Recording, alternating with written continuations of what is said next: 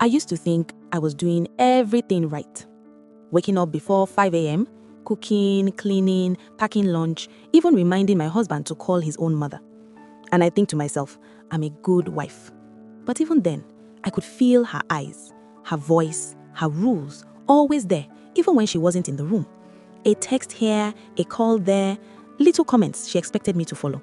That's when I realized my life was no longer just mine. One morning, she said, "Good wives don't sleep past 5 a.m. I laughed, thinking maybe she was joking. But it was only the beginning. Every word, every glance, she made me feel like I wasn't enough. And even her sister started noticing. After childbirth, some women just relax, she said. My husband didn't say anything at the time, but that night, softly, like advice, he said, maybe try waking up earlier.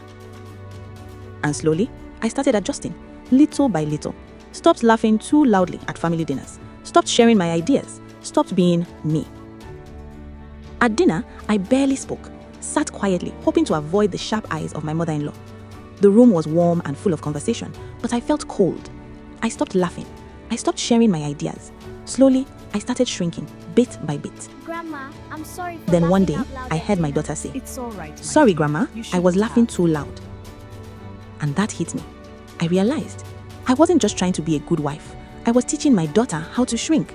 And all because my mother-in-law lived under the same roof and made herself the boss of our home. Things started to feel different after that night. I moved carefully, but inside, something was stirring. The next morning, I woke up, cooked, cleaned, like always.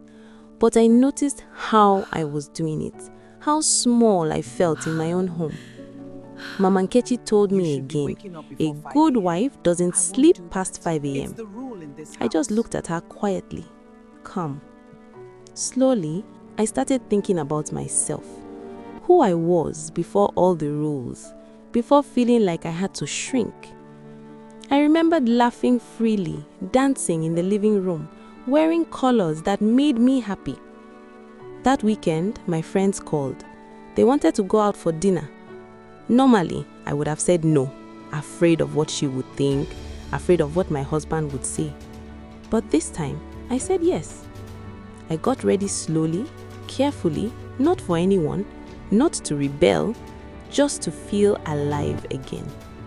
Stepping outside, I felt the air differently, lighter, free. I laughed with my friends, talked, smiled, moved without fear. For the first time in a long time, I remembered my own joy. Coming home, Mama Nkechi was there, waiting, watching. Her eyes tried to judge, to make me small again. But this time, I stood straight, looked at her. "I am still a good wife," I said calmly, "and I am still allowed to live my life." She was surprised. My husband shifted awkwardly, but I felt steady. Something had changed, not in her, but in me. From that day, I stopped shrinking. I stopped teaching my daughter to hide herself. I taught her to stand tall, to smile freely, to exist without fear. Mama Nkechi still speaks, still watches, still has opinions. But I choose now what touches my heart. I am Amaka, and I will never disappear in my own life again.